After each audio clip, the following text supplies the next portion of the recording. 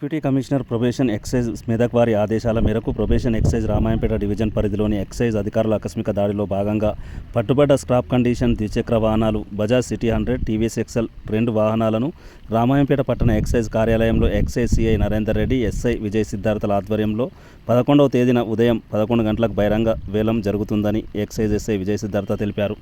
బహిరంగ వేలంలో పాల్గొనదలిచిన వారు వేలంపాటలో ఆఫ్సెట్ ప్రైజ్లో 20% ముందుగా చెల్లించి పాల్గొనాలని, మిగతా వివరాల కోసం ప్రొబేషన్ రామాయంపేట ఎక్సైజ్ ఎస్ఐ విజయ సిద్ధార్థను సంప్రదించాలని ఆయన కోరారు. TSG news Ramayampet. 2 వాహనాలు ఉన్నాయి. ఆసక్తి గల వారు ఎవరైనా సరే మా తదుపరి వివరాల కోసం రామాయంపేట స్టేషన్ సంప్రదించగలరు.